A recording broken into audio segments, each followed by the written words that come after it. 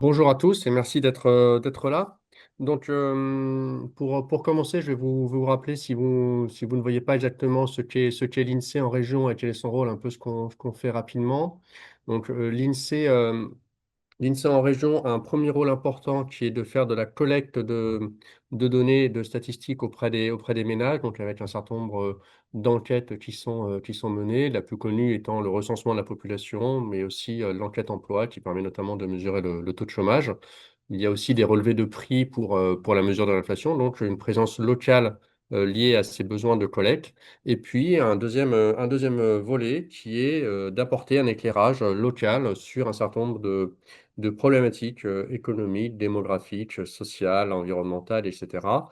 Et à ce titre, on publie une trentaine d'études par an sur des sujets qui sont très variés et dont vous allez voir une bonne partie euh, lors de la présentation que je vais faire. Donc, je vais vous faire un portrait à partir de ces données de la région, de Provence-Alpes-Côte d'Azur. Et pour cela, on va suivre un peu les grands axes du rapport Blanchard-Tirol, rapport qui avait été commandé par le président de la République en 2021 pour voir un peu quels étaient les grands défis qui se posaient au pays pour les années prochaines, années et décennies prochaines, avec trois grands défis identifiés, le changement climatique, le changement démographique avec le vieillissement de la population et les questions d'inégalité et d'insécurité économique. Et donc, à ce titre, on va faire un petit point pour situer un petit peu la région sur ces différents aspects démographiques, inégalité, changement climatique et résilience économique. Si on commence par les questions démographiques, les enjeux démographiques qui se posent à la région, et en faisant un petit récapitulatif rapide de là où on en est. Donc la première chose, c'est que, je vais vous montrer après quelques graphiques et chiffres qui vous expliciteront tout ça. Ce qu'on peut dire dans la région, c'est que la région a connu un dynamisme démographique important dans la deuxième moitié du siècle dernier et qui a fortement ralenti depuis et qui désormais s'établit légèrement au-dessus de la moyenne nationale. Quand on parle de dynamisme démographique et qu'on regarde l'analyse de la croissance de la population, il y a deux facteurs qui jouent. Il y en a un qui sont le solde naturel, c'est-à-dire l'excédent des naissances sur les décès, enfin, ou la différence entre les naissances et décès. On verra qu'on est passé en déficit. Et l'excédent migratoire, donc qui est le solde entre les arrivées sur le territoire et les départs du territoire. Donc, qui peuvent être soldes migratoires avec le reste du territoire national ou avec l'étranger. Ce qu'on peut voir, c'est que jusqu'à présent, la croissance était, enfin, la croissance était principalement nourrie par cet excédent migratoire, donc davantage d'arrivées que de départs sur le territoire, et un léger excédent naturel. Cet excédent, lui, commence à être érodé par le vieillissement de la population et la baisse de la fécondité, et on est passé depuis quelques années en déficit naturel. Et en termes migratoires et d'attractivité de la région, ce qu'on peut noter, c'est que l'attractivité est plus faible que celle des autres régions du sud de la France, avec notamment un déficit sur les jeunes. Et on va regarder un peu plus ça un peu plus en détail en chiffres maintenant. Donc, si on regarde toutes les cartes que je vous présente, etc., enfin, sont disponibles sur notre site. Et celle-ci, par exemple, vous pourrez vous-même la construire si vous êtes intéressé. On pourra vous indiquer après, plus tard, comment faire. Donc, si on regarde la région se situe en termes de population au septième rang des régions françaises. La région, au 1er janvier 2022, au chiffre du dernier recensement, compte 5 170 000 habitants. Septième rang, donc, des nouvelles régions. Si on regarde les anciennes régions, la région se situe au troisième rang après l'Île-de-France et Auvergne-Rhône-Alpes. Et donc, une région sur un territoire qui est assez, euh, assez petit, relativement peuplé. Quand on regarde ce peuplement, justement, pour regarder un peu le peuplement, il faut aussi regarder un peu la géographie du territoire. C'est qui conditionne encore le peuplement. Donc, c'est une région à la géographie qui n'est pas évidente de ce point de vue-là, puisque, il y a une part de montagne qui est assez importante, et donc des contraintes géographiques de peuplement, qui fait que celui-ci va être plutôt le long des côtes et des grands axes fluviaux ou de rivières, donc Rhône et Durance. Et ça se traduit par ce type de carte où on voit la concentration de la population. Alors, je vous disais que que la région était une région dense, hein. La densité de la région, c'est 165 habitants au kilomètre carré. C'est davantage qu'en France métropolitaine où c'est autour de 120. Et c'est la troisième région la plus dense après l'Île-de-France et les Hauts-de-France. Si on regarde maintenant là où se situe la région, donc en regardant la carte, vous avez en rond la taille de la population de chacune des communes de la région, donc on voit bien quelques grands axes. Et on regarde ici la densité de la population la densité de la population. En rouge, donc, ce sont les communes les plus denses. Donc, vous voyez de Fréjus à Nice sur la côte, autour de Toulon, Marseille, Aix, Martigues et Avignon principalement. En orange, ce sont les communes qu'on appelle de densité intermédiaire. Donc, les communes denses et de densité intermédiaire forment les communes, je appelle les communes urbaines, le reste des communes étant les communes rurales. Euh, donc, vous voyez bien cet aspect-là. Et donc, en vert, vous avez deux types de vert, clair et foncé. Et donc là, vous voyez les communes rurales sur le territoire de la région. Il faut savoir que la région est une région qui est beaucoup plus urbaine que la moyenne des régions françaises. 85% de la population vit dans les communes urbaines dans la région. Au niveau national, ce sont les deux tiers. Donc une différence assez forte. Et un peuplement aussi le long du littoral dont je vous parlais. Les communes littorales, donc celles qui bordent vraiment la mer, représentent la moitié de la population de la région. Et Marseille et Nice, à elles seules, un quart de la population régionale. Une autre façon de regarder le peuplement, au-delà de l'aspect communal, c'est de regarder la façon dont il se répartit en termes d'interaction. Et donc pour ça, on peut faire différents zonages. Là, on vous en montre un qui est le zonage en aire d'attraction des villes. Donc comment est-ce que ça se lie? On regarde quels sont les grands pôles d'emploi et de population. Donc ça, ce sont les pôles. Et on regarde leurs aires d'influence quelque part. Et l'aire d'influence est mesurée par les trajets domicile-travail, c'est-à-dire le nombre là en l'occurrence, la métrique qui est proposée, c'est le nombre d'actifs qui habitent dans une commune qui vont travailler dans le pôle. Et le pourcentage minimal est fixé à 15%. Donc dès que vous avez plus de 15% de vos actifs qui vont travailler dans le pôle, vous êtes sous influence de ce pôle. Et donc c'est ce que représente cette carte. Vous avez en rose plus ou moins dégradé suivant la densité l'épaule et en orange plus ou moins dégradé, exactement suivant le même principe, leur couronne, leur périphérie. Et donc, ce que vous voyez, c'est que une bonne partie du territoire, en fait, est sous influence de pôles. Dans la région, les trois quarts de la population, enfin les trois cinquièmes de la population sont dans des pôles. Et donc ça, c'est très important par rapport à la France où il y en a seulement la moitié. Et les trois quarts de la population régionale sont dans les cinq plus grandes aires d'attraction des villes, donc celle d'Aix-Marseille-Martigues, la principale, celle de Nice, celle de Cannes-Antibes, celle d'Avignon et celle de Toulon.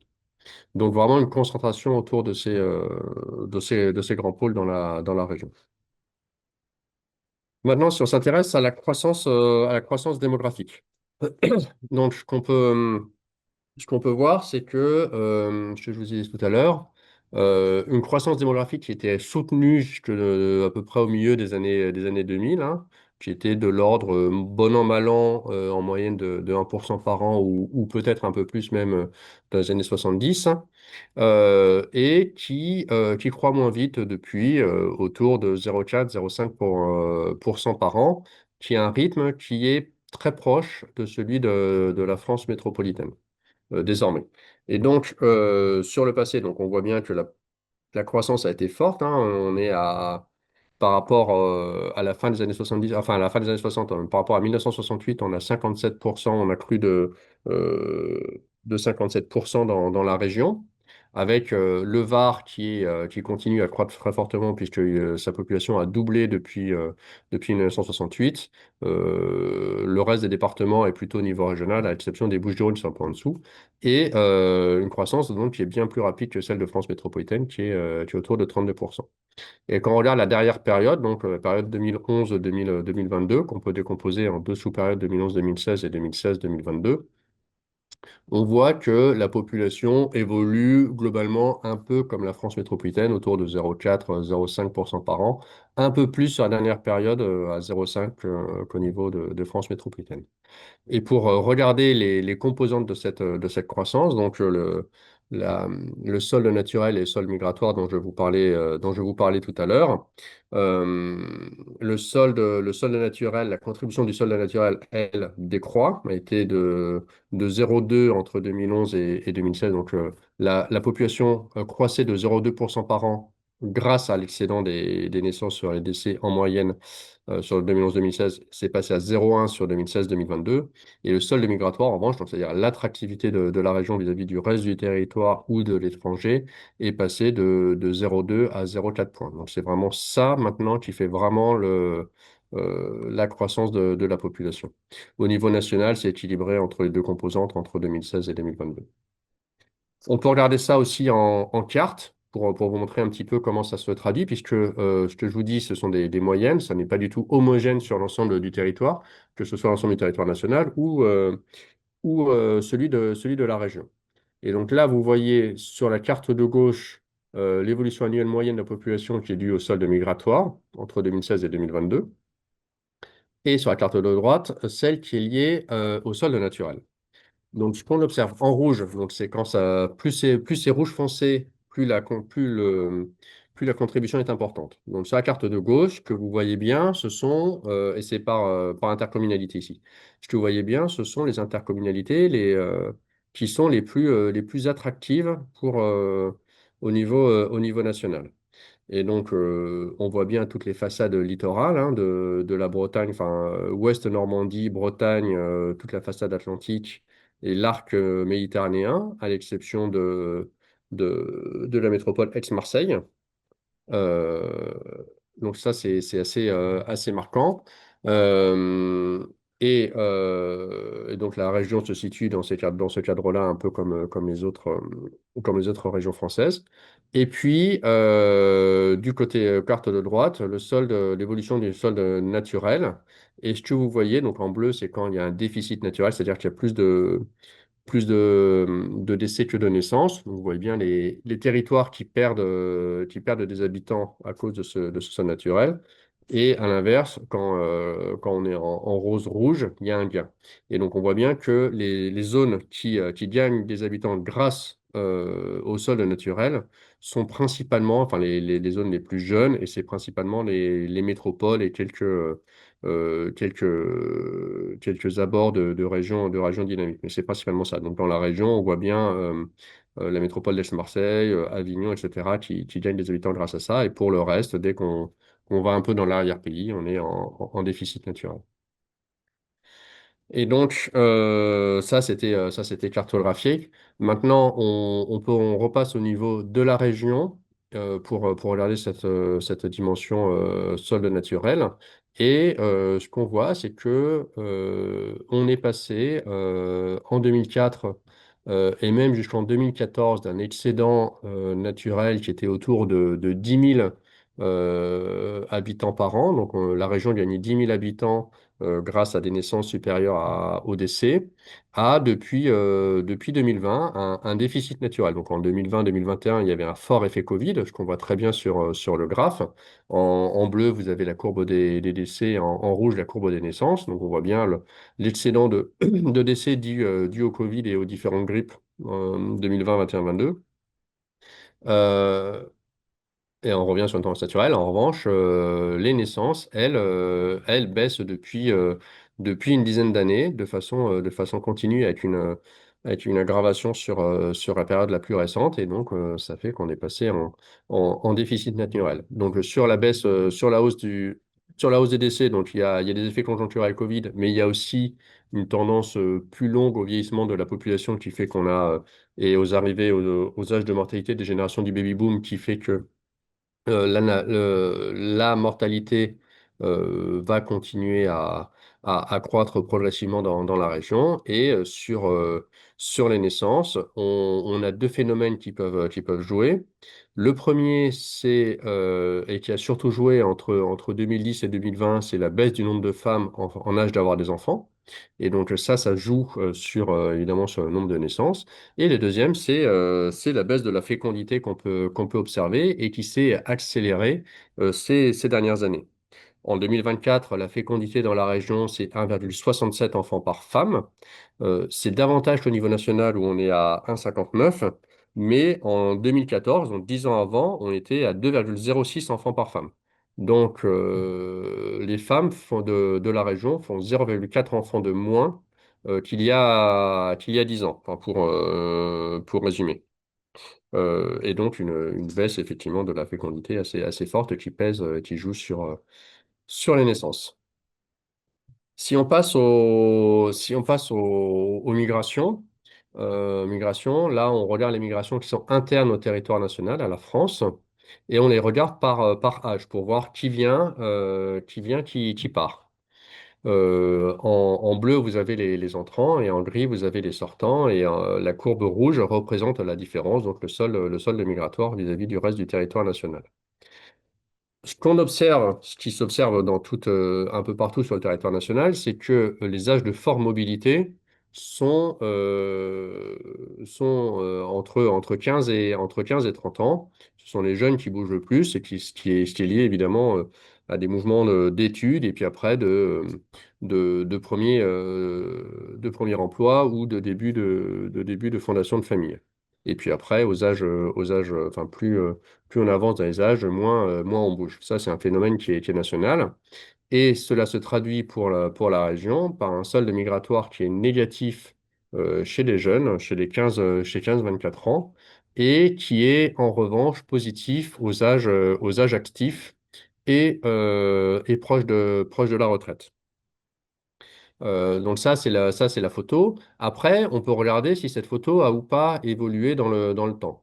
Là, on est sur les déménagements en 2021. Si on regarde ce qui s'est passé 6 ans avant, en 2015 par exemple, on avait à peu près, on avait une photo qui ressemblait à ça, et en effet global, on avait à peu près le même effet global, mais il y a quand même des différences qui s'observent, notamment en 2021, on a creusé le déficit, on creuse le déficit vis-à-vis des jeunes, hein. On a plus de jeunes, on a un solde au niveau des jeunes qui est plus négatif en 2021 qu'il n'était en 2015. Pour les retraités, il est légèrement positif en 2021, il était davantage en 2015. Donc sur ces deux populations, la région a connu une détérioration de son attractivité en quelque sorte. En revanche, pour les actifs, on a une hausse du solde pour cette population, et notamment pour les actifs en emploi, et notamment pour les cadres. Un autre phénomène démographique de la région dont je vais vous parler et qui joue sur la mortalité, c'est l'âge de la population. Nous avons une population dans la région qui est relativement âgée en comparaison de la France, puisqu'on a presque 24% de la population qui a 65 ans ou plus en 2022. Au niveau national, c'est légèrement en dessous de 21%. Donc 3 points de plus dans la région, et notamment dans le département du Var ou des Alpes-de-Haute-Provence, où plus de 27% de la population est âgée de 25 ans ou plus. Donc ça c'est la photo. Maintenant, quand on regarde un peu la dynamique, on peut regarder le vieillissement de la population. Et donc là, on est sur l'évolution du nombre de personnes âgées de 60 ans ou plus entre 90 et 2019. On voit là où le vieillissement s'accentue. Donc ça, c'est sur la carte. Donc plutôt un vieillissement qui s'accentue plutôt dans les zones périurbaines. un peu moins dans les villes. Et ce qu'on peut voir en termes de rythme, en termes de dynamique, c'est que on a, entre 1990 et 2022, 8 points de plus de personnes âgées de 60 ans ou plus dans la région. Une progression au même rythme qu'en France métropolitaine, mais on a quand même donc 30% de personnes dans la région qui sont âgées de 60 ans ou plus. Et si on va sur les personnes âgées de 85 ans ou plus, qui posent après des questions en termes de potentiellement de dépendance ou de maintien dans de bonnes conditions de vie, on avait 203 000 personnes qui étaient âgées de 85 ans ou plus dans la région, donc c'était 4% en 2022. Et on fait des projections de population, je vous en parlerai juste après, qui montrent que cette part devrait s'élever à plus de 7% d'ici 2050, donc un vieillissement de la population qui se poursuit. C'est ce qu'on peut voir ici sur l'évolution de la population. Donc, on fait des projections à l'INSEE de population suivant. On fait bien des projections, hein. Ce ne sont pas des provisions, ce sont des projections d'évolution de la population en prenant comme hypothèse la prolongation des tendances démographiques passées, que ce soit en matière de natalité, enfin de fécondité plutôt, de mortalité et de migration. Donc les dernières projections que nous avons faites datent du début des années 2020. Un prochain exercice va être fait cette année sur cette dimension-là et qui prendra notamment en compte davantage la baisse de la fécondité qu'on a observée très récemment. Donc, on a fait trois scénarios de projection. Donc, un scénario central qui poursuit vraiment les tendances passées. Un scénario plus haut en tirant le curseur vers le haut sur les trois composantes que je vous ai données. Et un scénario plus bas qui les tire vers le bas. Donc. Et donc, vous voyez en vert le scénario central, en vert. En très plein, la région et en pointillé, la France. Et puis en bleu, le scénario haut et en rouge, le scénario bas, à la fois pour la France et pour la région. Donc on voit que la population régionale croîtrait un peu plus vite enfin, que le niveau national, mais elle culminerait quand même assez vite, hein. On ira assez vite, notamment à partir de la fin de la décennie, sur une stabilisation de la population de la région avant une décroissance. Donc ça, c'est sur l'évolution de la population. Et après, je vous parlais du vieillissement juste auparavant. Donc à droite, on a fait une pyramide des âges hommes et femmes sur cette dimension-là. Et en plein, vous avez la situation en 2018 et en trait, vous avez, je te donnerai les projections du scénario central qui ont été faites en 2050. Et on voit bien ce vieillissement qui continue à se prolonger, hein, avec notamment au-dessus de 75 ans les générations du baby-boom qui sont nombreuses et qui se voient fortement et puis moins de jeunes et moins d'actifs. Donc ça, c'est sur la projection globale de population. Après, euh, on peut affiner un petit peu parce que c'est ce type de projection. Et notamment un point qui est important, c'est de regarder l'évolution du nombre de ménages. Parce que le nombre de ménages, c'est l'inducteur des besoins en logement. Et le nombre de ménages évolue un peu différemment de la population pour plusieurs raisons que je vais expliquer. Et le nombre de ménages, jusque-là, croît à peu près deux fois plus vite que la population.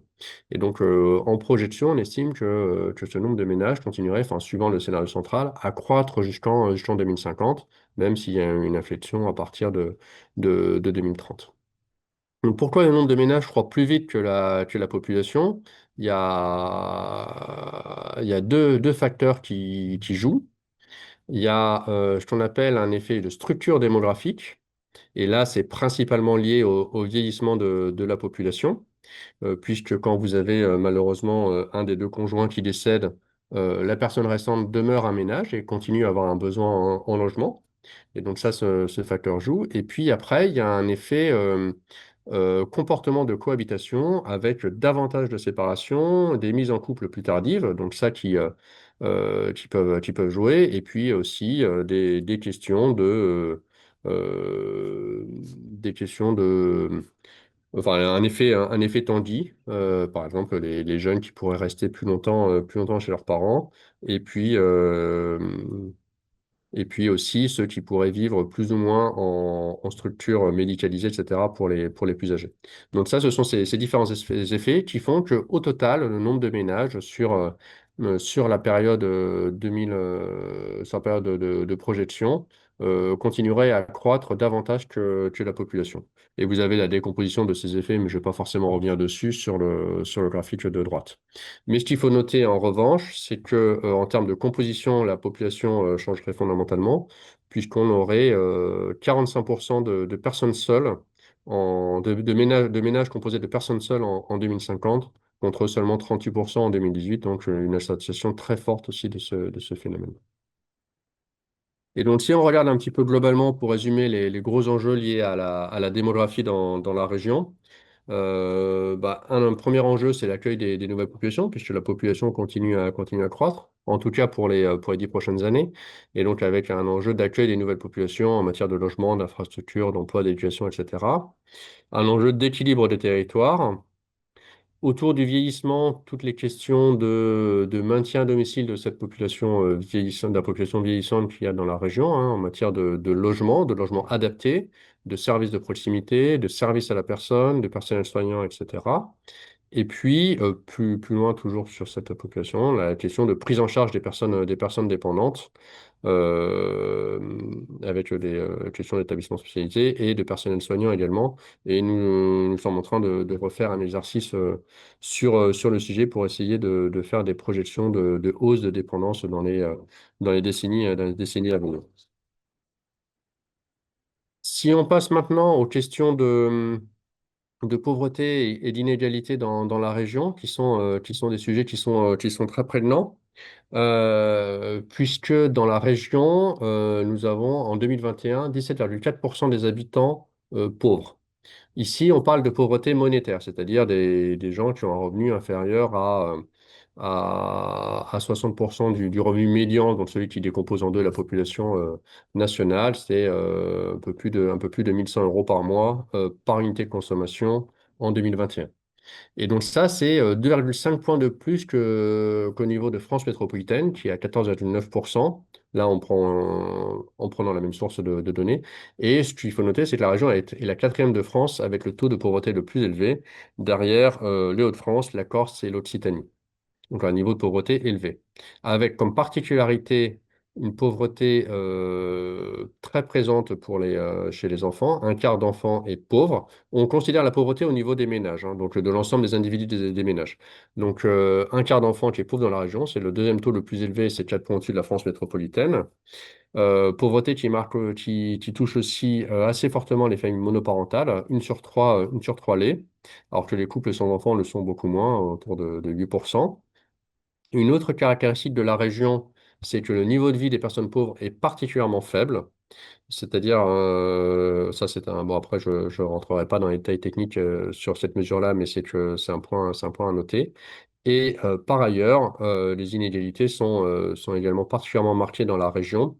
Quand on regarde le rapport interdécile, donc on regarde le revenu minimum des personnes, des 10, euh, des 10% de personnes les plus aisées dans la région, d'une part, et le revenu maximal des 10% les plus pauvres de la région d'autre part, on a un rapport de 3,6 dans la région, alors qu'en France, en France métropolitaine, il est un peu au-dessus de 3. Donc, on a un rapport interdécile qui est sensiblement plus élevé. Donc, ça, c'est une marque d'inégalité plus marquée.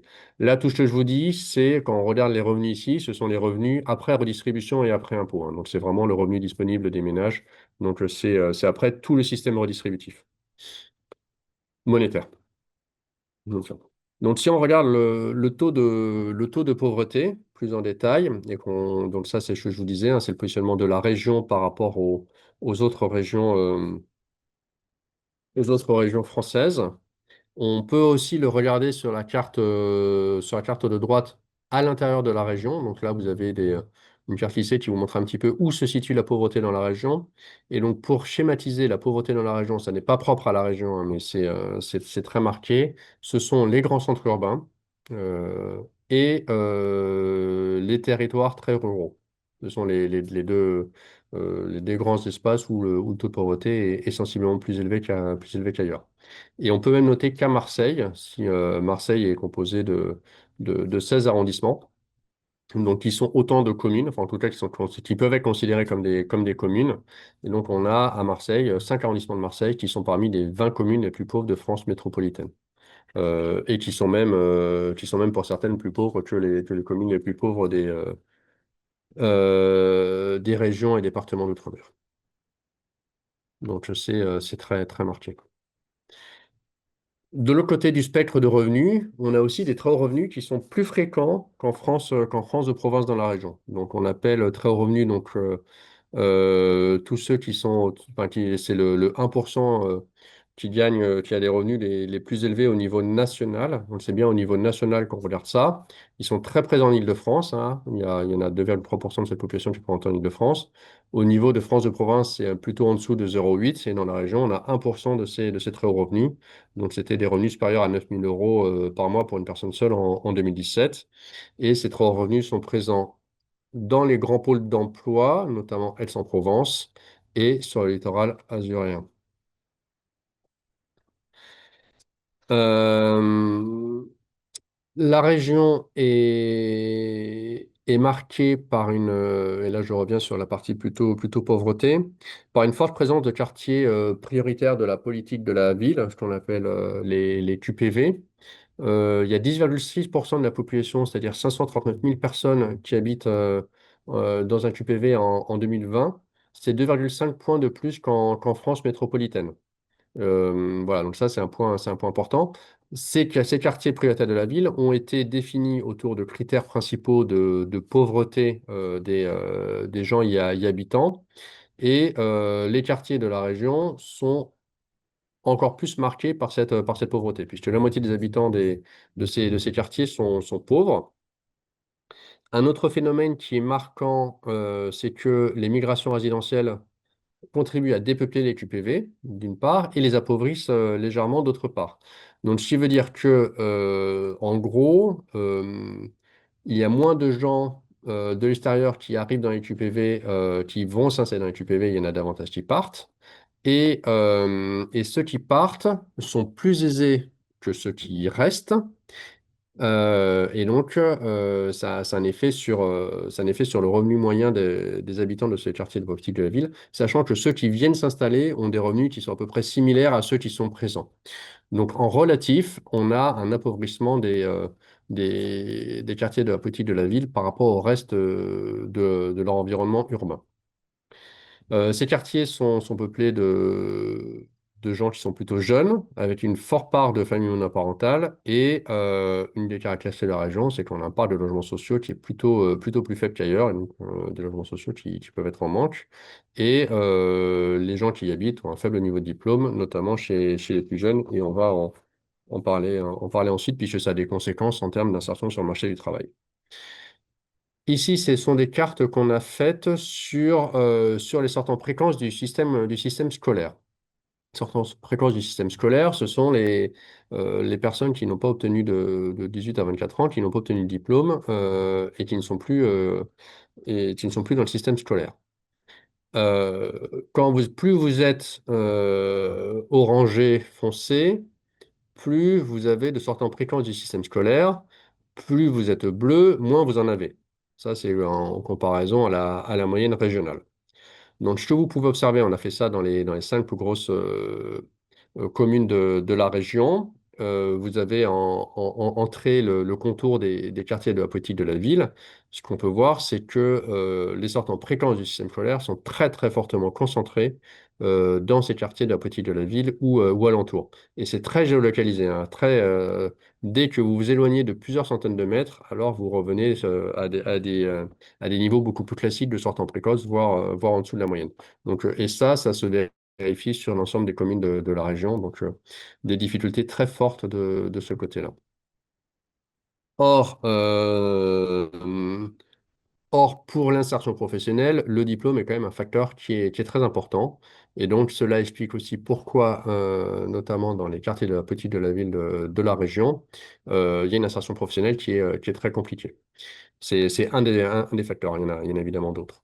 Donc, les habitants de ces quartiers sont pour 43% d'emploi, 16% au chômage et 41% en inactivité.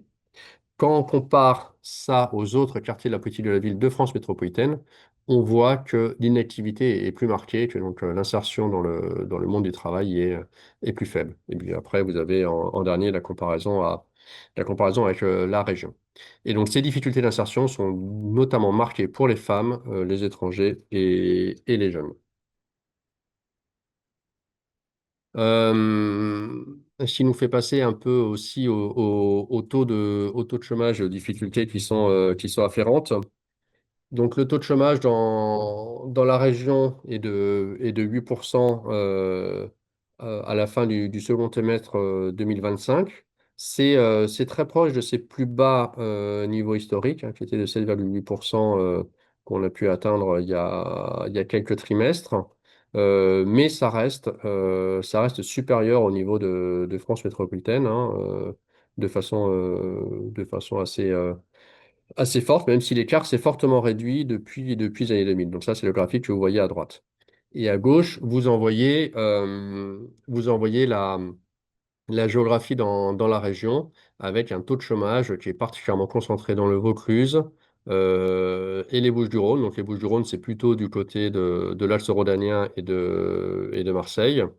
Et puis un peu aussi dans l'arrière-pays du Var et dans l'est des Alpes de Haute-Provence. Donc, ce qu'on peut noter sur ce taux de chômage, pardon, j'ai oublié de vous dire, c'est que c'est le troisième plus élevé des régions françaises métropolitaines après l'Hauts-de-France et l'Occitanie. Et ce qu'on peut noter, c'est que, et ça on verra plus tard, ces questions de richesse dégagée dans la région, on a un PIB par habitant régional qui est assez proche de celui de l'Auvergne-Rhône-Alpes, hein, qui est la région voisine, et qui, elle, a un taux de chômage pourtant qui est sensiblement plus faible.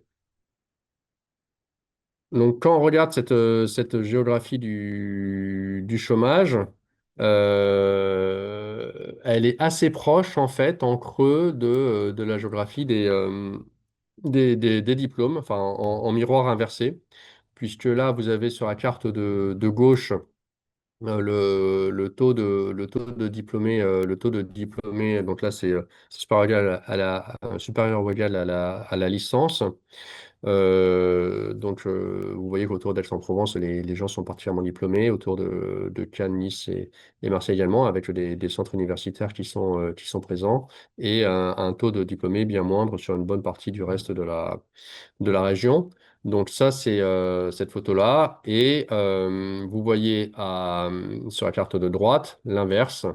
Donc là, on a la part de jeunes qui ne sont ni en emploi, ni au chômage, ni en formation, peu ou pas diplômés dans la région. Et donc, vous voyez vraiment la photo inverse. Et la carte de droite est assez proche de la carte du taux de chômage qu'on a vu précédemment. Et donc, il y a bien un double effet à la fois, enfin, qui joue dans les deux sens, hein, de difficulté d'insertion dans l'emploi dans les zones à fort chômage pour ces jeunes, mais aussi le fait que comme il y a des diplômes qui sont plus faibles, l'insertion dans l'emploi est aussi plus compliquée. Donc les effets jouent dans les deux sens, et ça se voit bien sur ces deux cartes. Dans les questions d'inégalité, il y a aussi des inégalités vis-à-vis du logement. Euh, Nous sommes une région avec des prix de l'immobilier qui sont particulièrement élevés. Pour les appartements, les prix de l'immobilier sont les deuxièmes plus élevés de France après ceux d'Île-de-France. Donc ça joue évidemment fortement sur le pouvoir d'achat immobilier des ménages. Et une région également marquée par un taux de résidence secondaire qui est très important, hein, qui est de 17,6%, alors qu'en France, il est légèrement inférieur à 10%.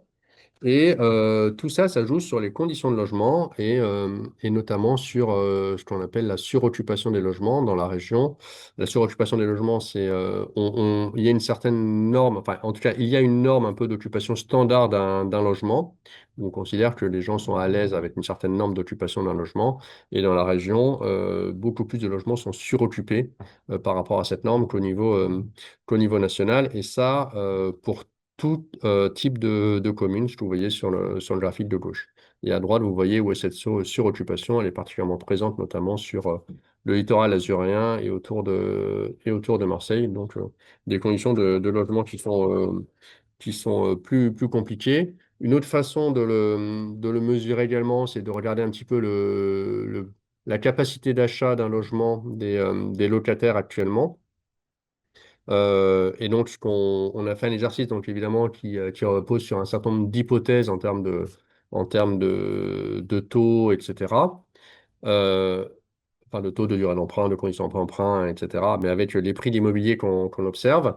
Et sous ces hypothèses, il y a la moitié seulement des ménages locataires qui auraient la capacité d'acheter un logement adapté à leur composition familiale. Au niveau, dans le reste des régions françaises, à l'exception de l'Île-de-France et de la Corse, qui sont deux cas très particuliers, c'est partout au-dessus de 60%. Donc, la capacité des locataires à pouvoir acheter dans la région est plus faible qu'au niveau national et assez sensiblement plus faible qu'au niveau national. Et la carte de droite vous montre, alors c'est une métrique qui est un peu différente, mais vous montre un petit peu là où c'est plus compliqué. Plus c'est clair, plus c'est compliqué de se loger. Et donc, vous voyez bien les difficultés le long de la côte, notamment autour d'Aix et autour d'Aix. Euh, Ça, ces difficultés à se loger diffèrent un peu suivant aussi le type de profil. Il est plus compliqué d'acheter pour des personnes seules que pour des couples, hein, pour les questions de revenus qui sont supérieurs pour les couples avec souvent deux revenus au lieu d'un. Et plus on a d'enfants aussi, plus c'est compliqué de se loger, puisqu'on a besoin de plus grands et pas forcément besoin de plus de revenus. Donc ça, ce sont des résultats assez classiques au niveau national. Ces difficultés de logement se traduisent aussi par des questions de ségrégation.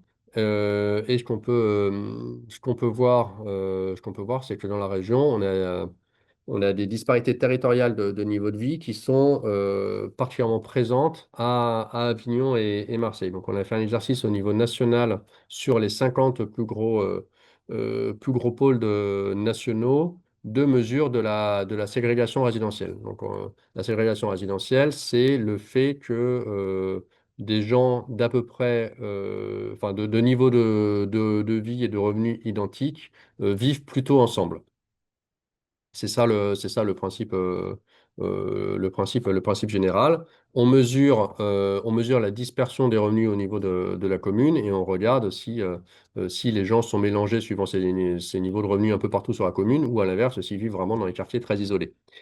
Euh, la ségrégation, donc, est élevée à Avignon et à Marseille. Avignon, c'est la troisième ville où il y a le plus de ségrégation en France et Marseille, la huitième, et beaucoup plus faible à Nice et à Cannes-Antibes. Cannes-Antibes, c'est même en dernière position de ce côté-là, donc c'est la plus mixte des 50 grandes agglomérations qui ont été regardées au niveau national. Ce qu'on peut noter, c'est qu'un point plutôt positif entre 2004 et 2019, la mixité résidentielle a plutôt progressé dans les pôles de la région, à l'exception d'Avignon, mais on a une tendance à la ségrégation plus marquée des plus aisés, qui tendent toujours plus à résider entre eux. Donc à gauche, on vous a montré une carte issue de cette étude. Si vous connaissez Marseille ou Avignon, ce que vous voyez, c'est qu'en gris, c'est là où, enfin, en gris ou en bleu, en gris-bleu, c'est là où il y a le moins de ségrégation avec des revenus qui peuvent différer, mais c'est là où il y a le moins de ségrégation.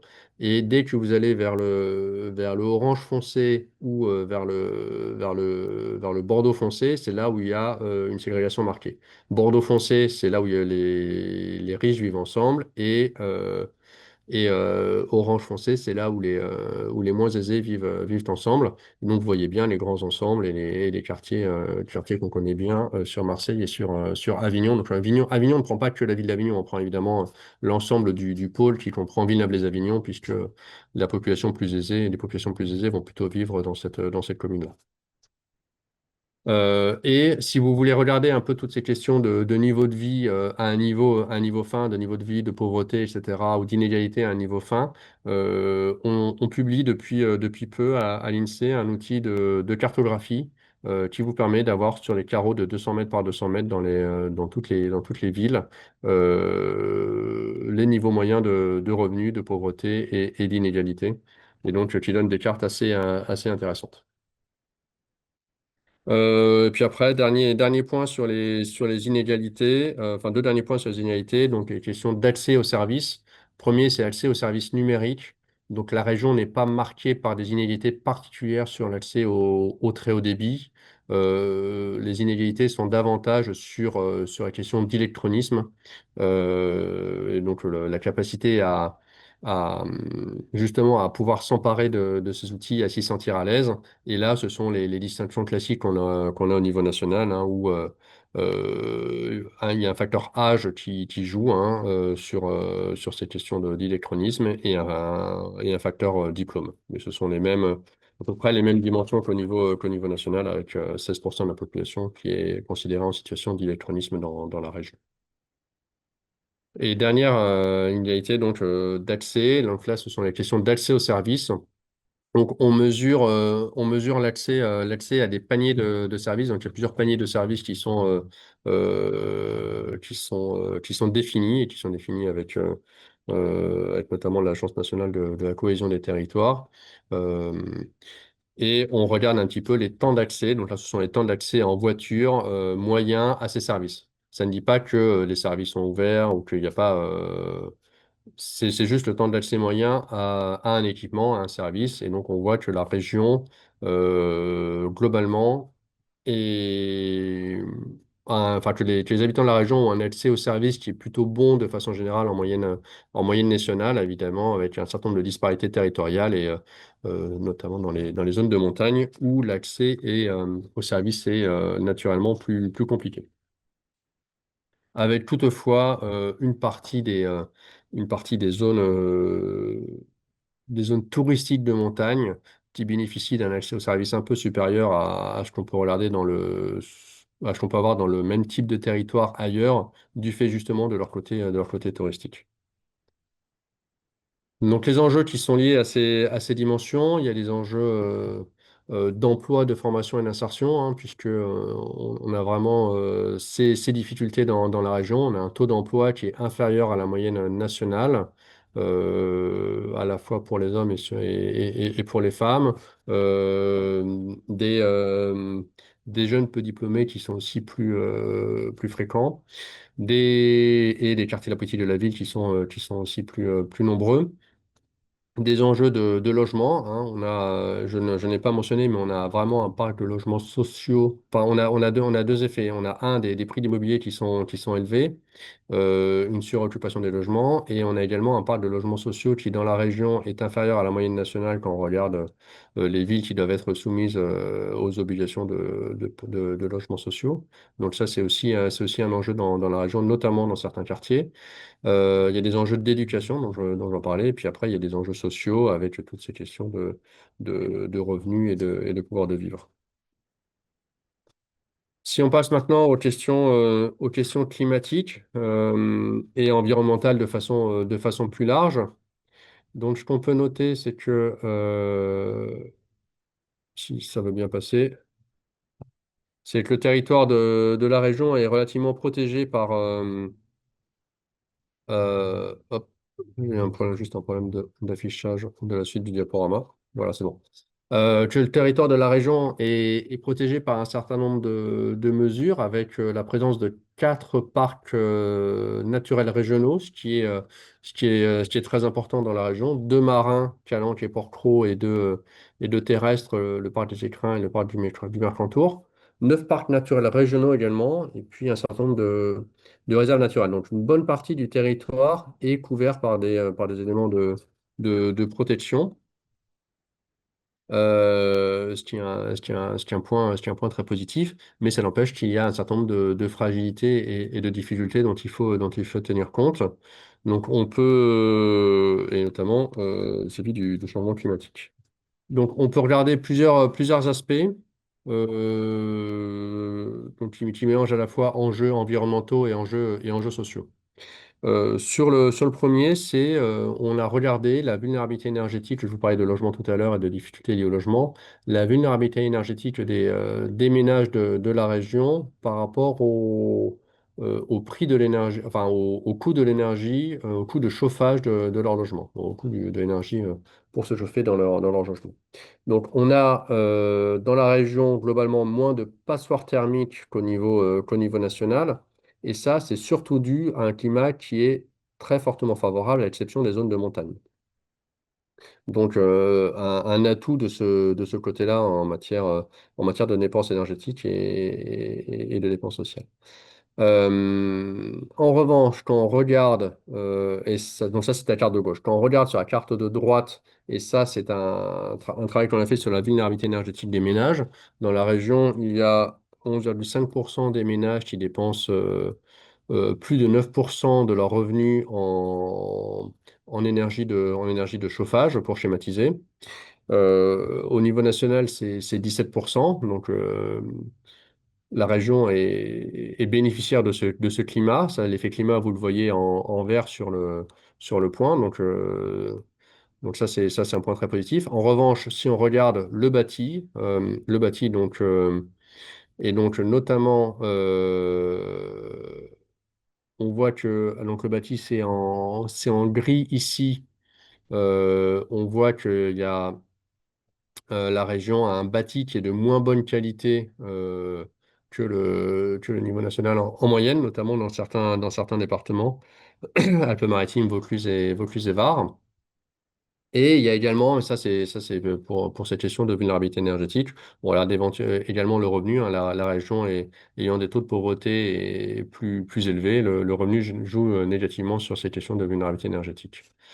Euh, donc, c'est-à-dire que si on avait le même climat que dans la région, enfin qu'au niveau national, globalement, les ménages de la région seraient plus vulnérables que le niveau national observé actuellement.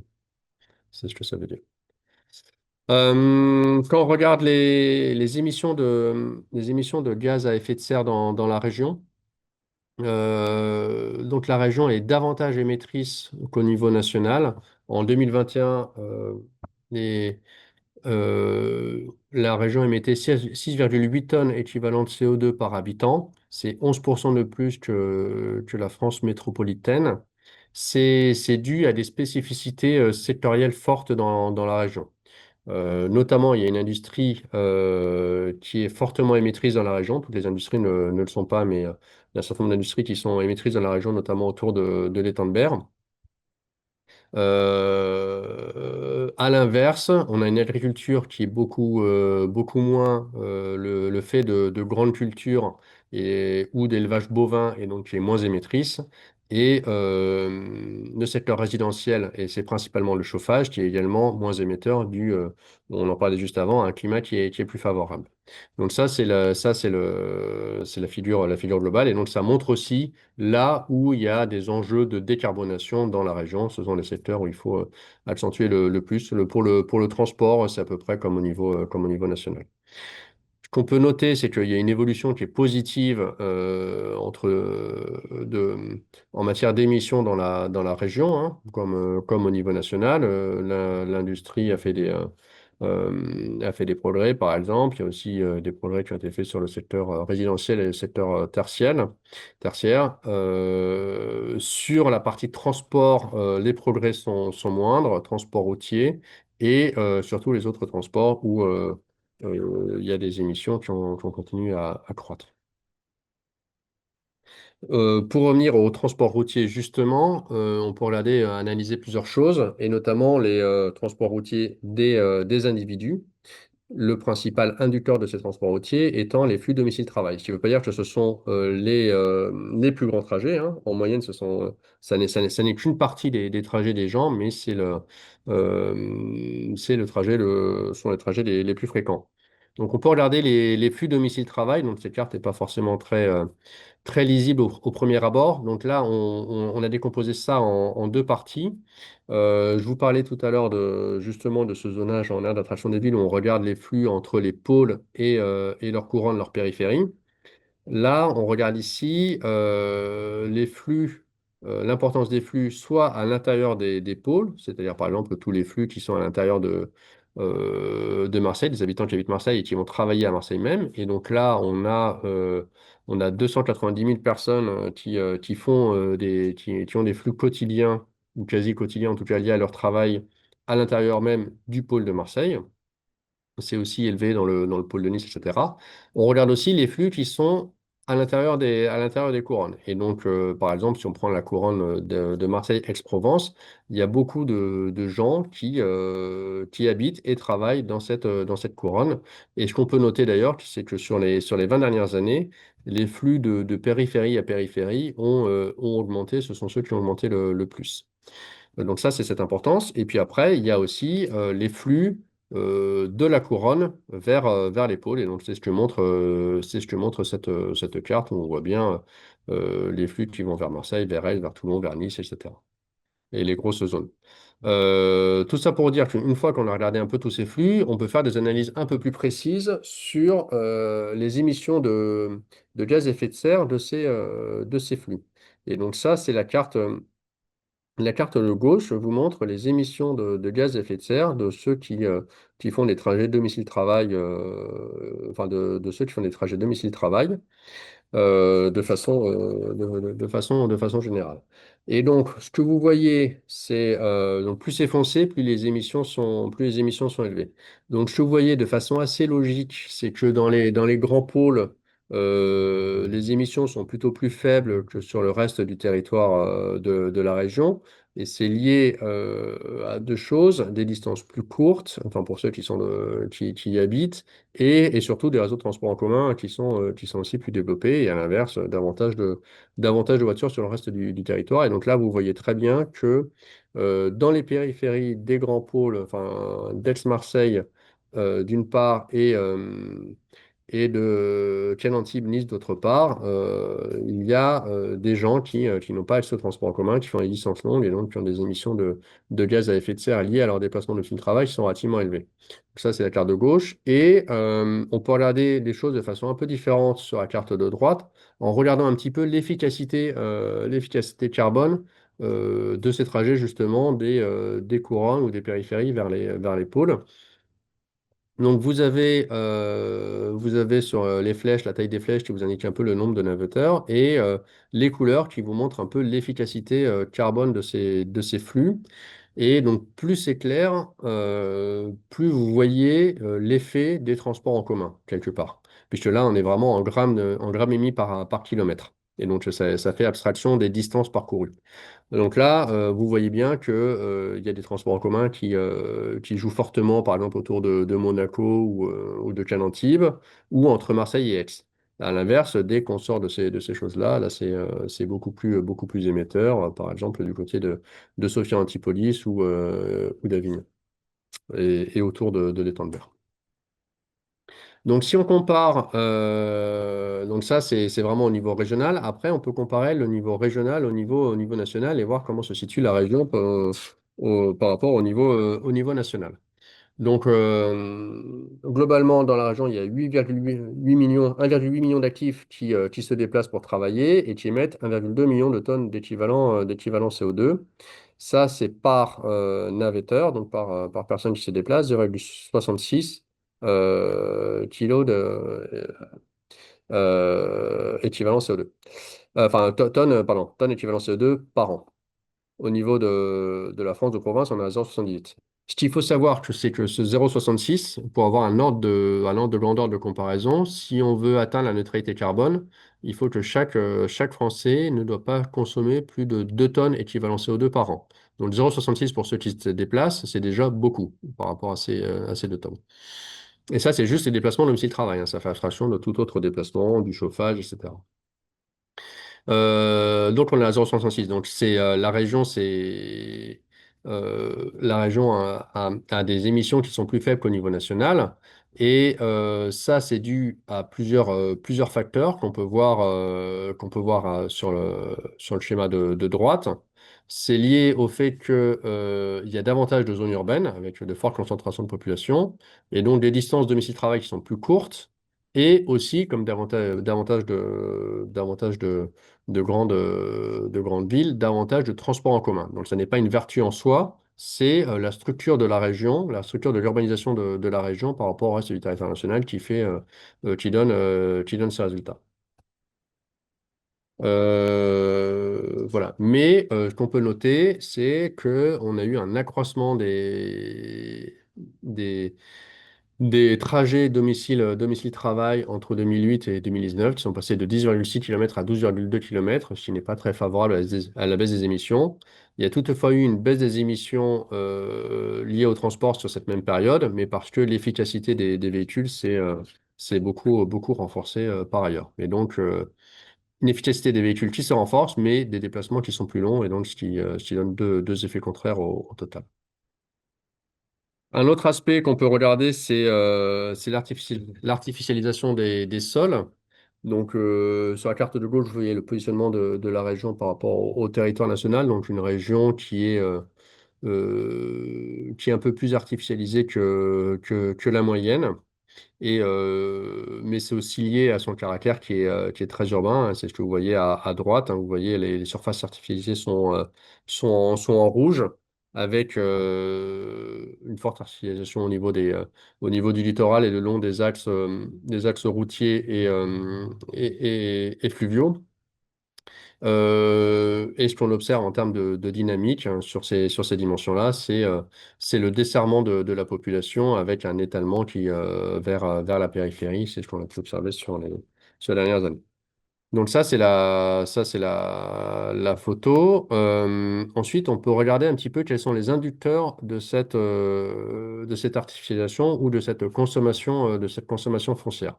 Donc, on l'a regardé pour deux aspects. On l'a regardé pour la partie activité économique, en regardant un peu quels étaient les secteurs qui consommaient le plus, et aussi pour la partie résidentielle.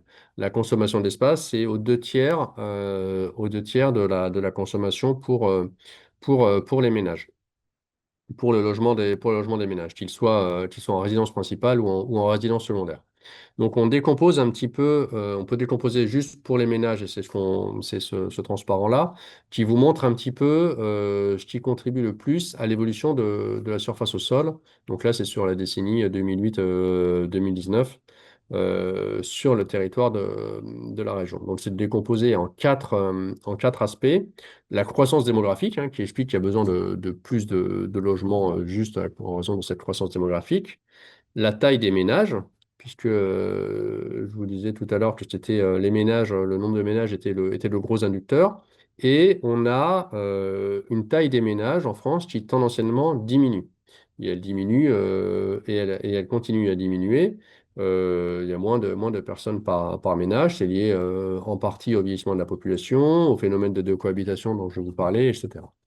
Et donc plus de besoins en logement pour le même nombre d'habitants. Lié à cette baisse des ménages, il y a aussi un effet résidence secondaire et un effet logement vacant. Et ce qui caractérise la région, il y a deux choses qui caractérisent la région. Un, c'est que la consommation d'espace entre 2008 et 2019 par logement supplémentaire, enfin par ménage supplémentaire, pardon, est globalement plus faible qu'en France de province. C'est même la région où c'est le plus faible. Ça n'est pas forcément une vertu, c'est aussi qu'il y a moins de place pour construire, hein, donc mais c'est ce qu'on peut observer. Et que la croissance de la consommation foncière est plus faible que la croissance du nombre de ménages. Donc ça, c'est plutôt un point positif, hein, en baisse de 20%, entre 2008 et 2019 par rapport à ce que c'était auparavant, sachant que les objectifs sont d'aller bien plus loin que ça, hein. Mais le point plus négatif pour la région, c'est que c'est l'importance des résidences secondaires dans cette consommation d'espace. Au niveau français, c'est de l'ordre de 11%. Au niveau de la région, c'est l'ordre de 22%. Et donc là, vous voyez sur la carte en bas à gauche, plus c'est orangé foncé, plus cette part de la consommation est importante. Donc vous voyez les territoires qui sont le plus concernés. Et sur la carte en haut, ce sont les aspects démographiques, donc population et taille de ménage. Donc vous voyez bien là où il y a un certain dynamisme démographique qui se joue. Il faut savoir que sur cette question de consommation d'espace, hein, il y a un objectif qui a été fixé par la loi climat et résilience de diminution par deux de la consommation foncière entre 2021 et 2030 par rapport à 2011-2020. En 2021, 22, 23, donc les 3 premières années de la décennie, on a déjà consommé les 2 tiers de l'espace qui sont prévus pour la décennie. Donc il y a quand même des enjeux qui sont très forts de ce côté-là. Et ce n'est pas sans lien avec les questions d'exposition aux risques naturels, hein, puisque l'urbanisation et l'artificialisation des sols ont des incidences sur les effets, pas sur les risques naturels, mais sur les effets des risques naturels. Et donc, la population de la région est fortement affectée par la présence de ces risques naturels, hein. Par exemple, les Alpes-Maritimes sont particulièrement concernés avec des arrêtés de catastrophes naturelles dans au moins un dans chaque commune depuis 1982. Donc, vous voyez bien un petit peu l'ampleur du sujet. Donc là, on a regardé sur cette carte-là, c'est juste l'exposition à un risque en particulier qui est le risque inondation. En 2016, dans la région, il y avait 1 million d'habitants qui vivaient dans une zone inondable, dont un peu plus de 40 000 avec un niveau de risque élevé. Et ce qu'on observe, ce qu'on observait, c'est que on avait encore des constructions de résidences principales en zone inondable. On avait 20% de résidences principales qui étaient construites en zone inondable entre 1990 et 1999. Mais on continue à en avoir. On était autour de 15% entre 2016 et 2019. Donc il y a aussi un enjeu de ce côté-là. Et c'est aussi la même chose pour les activités économiques. Autre risque, ou autre exposition de la population, c'est l'exposition de la population à la pollution de l'air et au réchauffement climatique. Si on commence par l'exposition de la population au réchauffement climatique, donc ça, ce sont les cartes que vous voyez à droite. Vous avez sur la carte de droite, à gauche, la référence, on va dire, 1976-2005, période de référence, et à droite, 2021-2050. Ce qui est représenté, ce sont le nombre de nuits tropicales.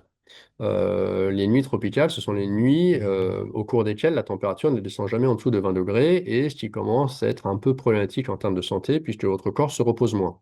Donc, et notamment pour certaines personnes fragiles, et les jeunes et les personnes les plus âgées en particulier sont concernées par cette dimension-là. Euh, Ce qu'on voit dans la région, c'est qu'on aura une augmentation très forte de ces nuits tropicales chaque été. La plus c'est foncé, quand on regarde les carreaux foncés, hein, plus c'est foncé, plus le nombre de nuits tropicales est élevé.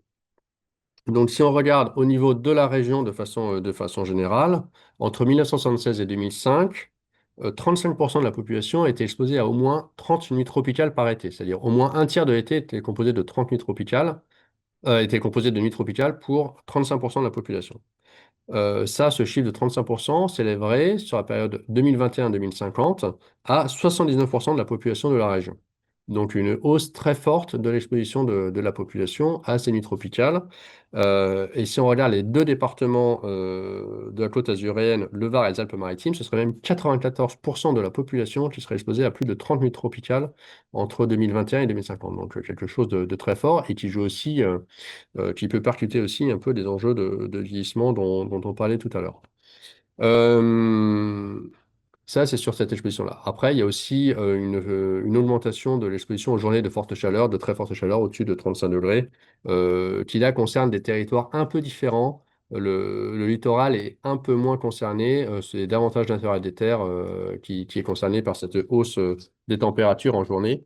Euh, Deuxième chose, c'est l'exposition à la pollution de l'air. Donc là, vous avez, et je vais en parler à la fois ici et juste ensuite. Donc sur le graphique de gauche, vous avez l'exposition au dioxyde d'azote.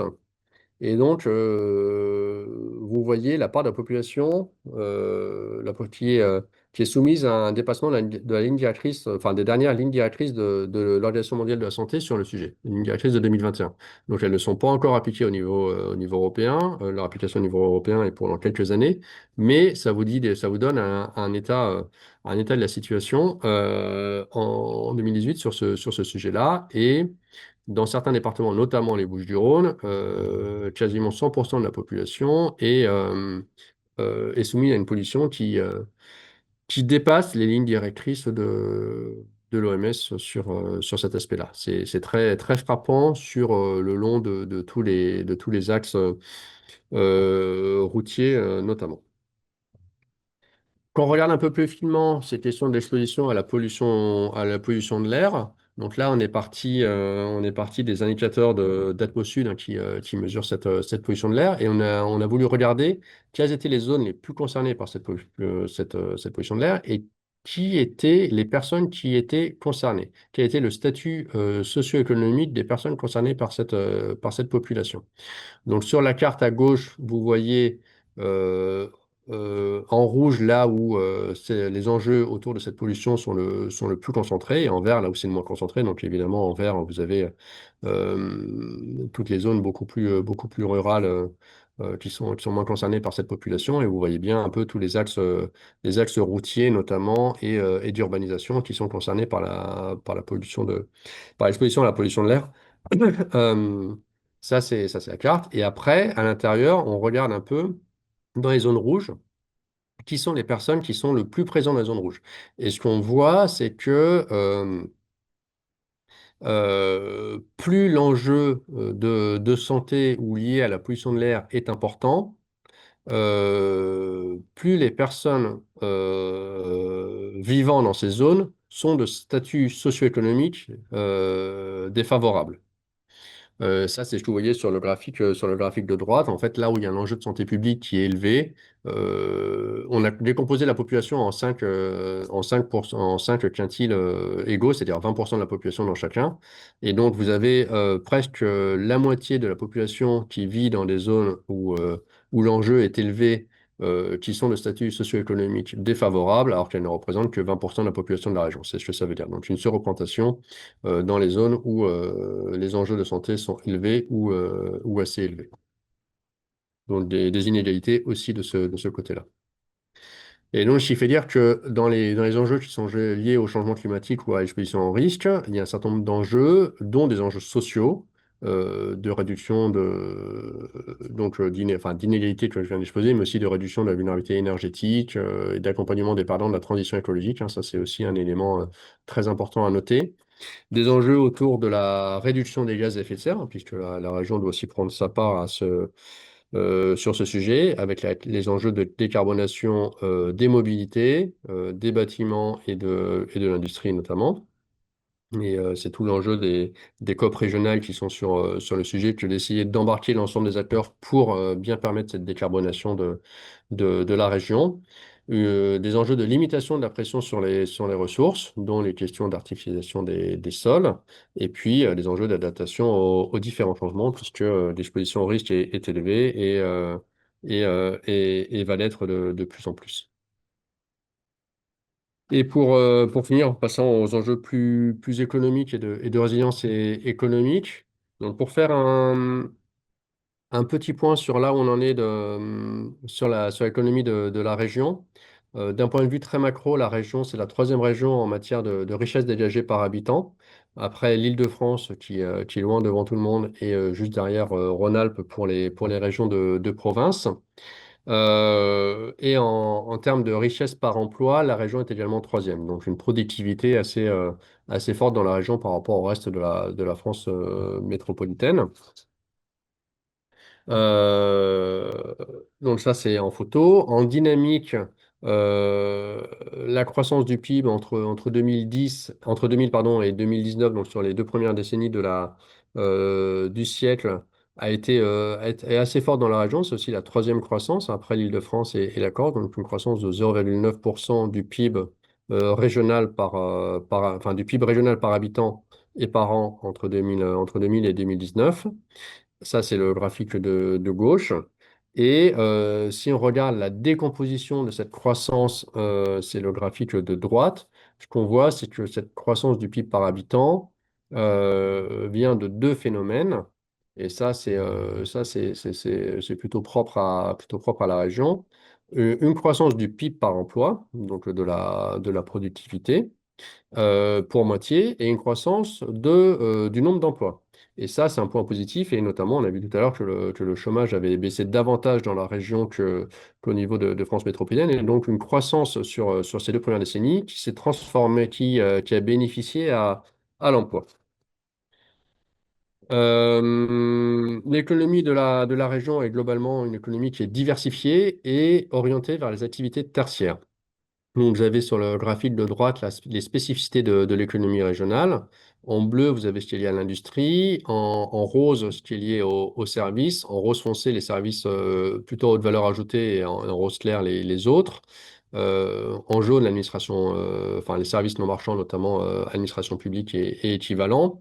En gris, la construction et en vert, l'agriculture et la pêche. Et donc, ce qu'on voit, c'est qu'on a une surreprésentation de l'emploi tertiaire, 80% des emplois salariés de la région en 2018, c'est 6 points de plus qu'en France de province, notamment dans le commerce de gros de détail, les transports et l'hébergement-restauration, mais aussi dans des secteurs à haute valeur ajoutée comme les activités scientifiques et techniques. Et puis pour l'administration publique, c'est à peu près le niveau national et une sous-représentation de l'industrie assez nette, de l'agriculture et une construction qui est assez proche du niveau national. Donc on voit bien que la région est peu industrielle et donc là, ce que vous voyez sur ce graphique-là, notamment, c'est la comparaison avec les régions voisines. Donc Occitanie et Rhône-Alpes sont beaucoup plus industrielles que la région. Et on voit un point du secteur marchand qui est plus important aussi que dans ces régions. Mais l'industrie a été plus résiliente dans la région sur les 20 dernières années, puisque le niveau d'emploi industriel, et vous avez la courbe de la région en bleu et la courbe de France en rouge, l'emploi industriel en 2024 dans la région a retrouvé son niveau d'il y a 20 ans, ce qui n'est absolument pas le cas de la France métropolitaine. Alors, ce qui distingue un peu les deux courbes, il y a deux facteurs qui distinguent les deux courbes. Il y a des facteurs à la fois négatifs et positifs.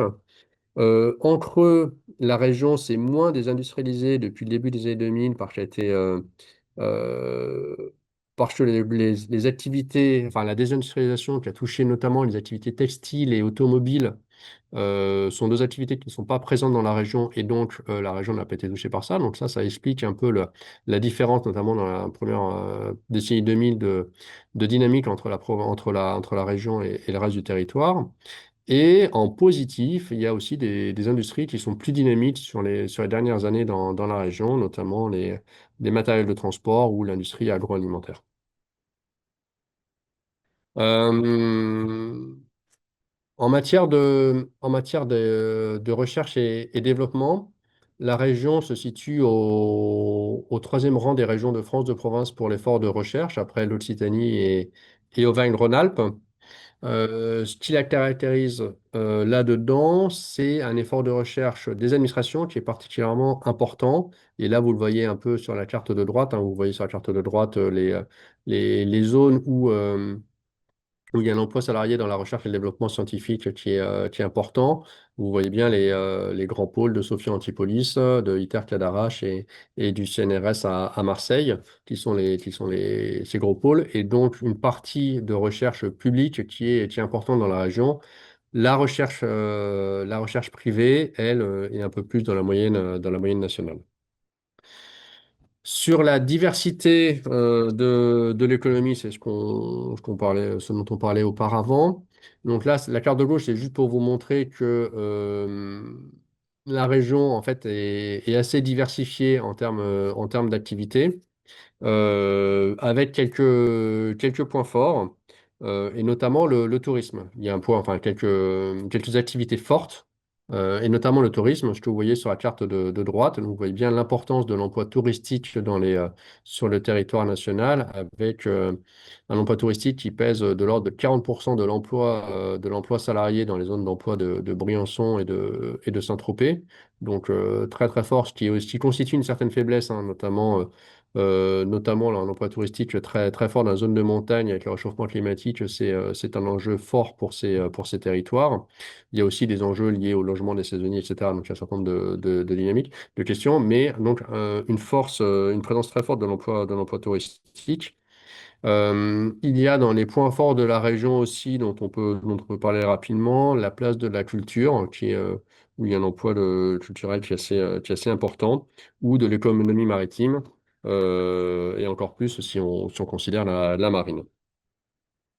En matière de tissu entrepreneurial, maintenant, si on s'intéresse aux entreprises euh,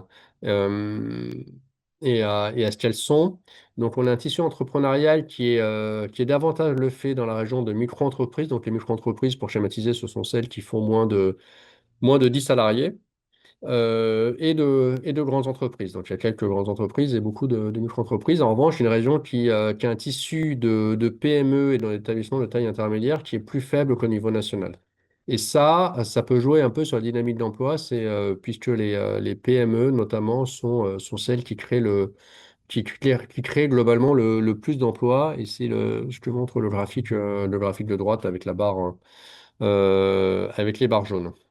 Donc, cette relative faiblesse est un enjeu pour la région. En matière de dynamisme entrepreneurial, la région a un dynamisme entrepreneurial qui est fort, c'est ce que vous voyez sur ce graphique. Là, on regarde le nombre de créations d'entreprises pour 10 000 actifs. Donc, vous voyez que la région se situe, enfin, crée à peu près 130 entreprises pour 10 000 actifs. En revanche, le taux de pérennité de ces entreprises, c'est-à-dire le taux de survie de ces entreprises à 5 ans est plus faible qu'en moyenne nationale. Il est de l'ordre de 60%. Donc ça, c'est ce que vous voyez. Donc à la fois un dynamisme fort, mais un taux de survie plus faible. C'est en partie lié à la structure économique de la région qui est davantage tournée vers les secteurs de l'hôtellerie-restauration et du commerce qui sont plus sujets à renouvellement marqué. Euh, et puis, juste pour finir sur cette partie, donc là, je vous fais un petit point un peu global. Ce qu'on peut noter, c'est que l'emploi dans la région se porte plutôt bien par rapport à l'emploi national depuis la crise Covid. Donc, on a eu une économie qui était résiliente à la crise malgré un plongeon un peu plus fort, notamment dû à l'importance du tourisme, hein, et une activité touristique complètement à l'arrêt pendant la crise Covid, mais un rebond de l'économie qui est supérieur. Ce que vous voyez ici sur ce graphique, c'est en bleu, vous avez pointillé l'emploi salarié privé de la région et très plein l'emploi total de la région, et en noir, la même chose pour la France. Et donc, un emploi salarié qui a rebondi plus fortement, là, qui a plus de 10 points au-dessus de ce niveau de la crise, hein. Donc, c'est un effet marquant et ça s'est aussi traduit dans le taux de chômage. Et ce qu'on voit, c'est que l'emploi continue à résister aussi dans la région davantage qu'en France, hein. Là, on est à un plus haut d'emploi dans la région, d'emploi salarié privé, alors qu'au niveau national, ils n'ont pas encore retrouvé le niveau de la fin de l'année 2023. Enfin, ils ont baissé un petit peu. Donc, un dynamisme de l'emploi qui se poursuit et donc une résilience qui est plus forte à ce stade. Mais qui n'empêche qu'il y a un certain nombre d'enjeux liés à ce sujet, notamment la multiplication des crises récentes et leurs effets sur la solidité financière des entreprises sont un sujet, hein. On a des défaillances d'entreprises qui sont relativement élevées actuellement. La question de la capacité du tissu économique à se renouveler et à croître, hein, dont je vous parlais. La question aussi du positionnement sectoriel de la région, hein, le fait de savoir se positionner sur un secteur d'avenir et les priorités de France 2030. Ça touche l'industrie et les services à valeur ajoutée notamment. Un enjeu de réagencement des chaînes de valeur avec toutes les questions de mondialisation et de modification des chaînes de valeur mondialisées qu'on peut observer avec les différentes crises et les jeux d'acteurs, notamment américains et chinois actuels, sur les questions de commerce international, hein, auxquelles les entreprises doivent s'habituer et faire face, hein. Les entreprises exportent.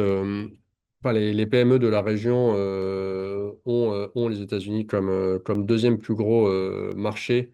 Donc, il peut y avoir des questions pour celles qui sont plutôt plus exposées à ces marchés. Et puis, un dernier sujet, hein, puisque j'en ai pas parlé ici, mais on fait aussi une fois qu'on a fait des projections de population, on peut faire des projections de ménage, je vous en ai parlé, des projections de dépendance liées au vieillissement, mais aussi des projections d'actifs, de nombre d'actifs et de population active. Et ce qu'on voit, c'est que le nombre d'actifs dans la région devrait continuer, enfin, si on prend les projections de population classiques et en tenant compte de la réforme, de la réforme des retraites qui va être suspendue, donc ces projections sont peut-être un peu trop optimistes, mais on commencerait à avoir une baisse du nombre d'actifs dans la région autour de 2035. Et donc, il peut y avoir des questions de tension sur certains métiers qui sont déjà présentes, tension à l'emploi, et puis aussi d'adéquation, comme on a un taux d'emploi qui est quand même plus faible dans la région qu'au niveau national, des questions d'adéquation de emploi et travailleurs. Donc voilà un petit peu pour ces aspects économiques et ces différents enjeux. Et ensuite, c'est juste une petite page de publicité pour ce qu'on fait. Donc tout ce que je vous ai présenté ici, hein, provient d'études que nous faisons à côté qui sont publiées sur notre site. Notre site qui est aussi très riche en données disponibles, en données d'ouvertes disponibles, hein. On fait un effort à l'INSEE très important là-dessus de mettre à disposition le maximum de données que l'on puisse faire, évidemment tout en gardant en tête le secret statistique, mais on publie très largement et à un niveau le plus fin possible tout ce qu'on sait faire.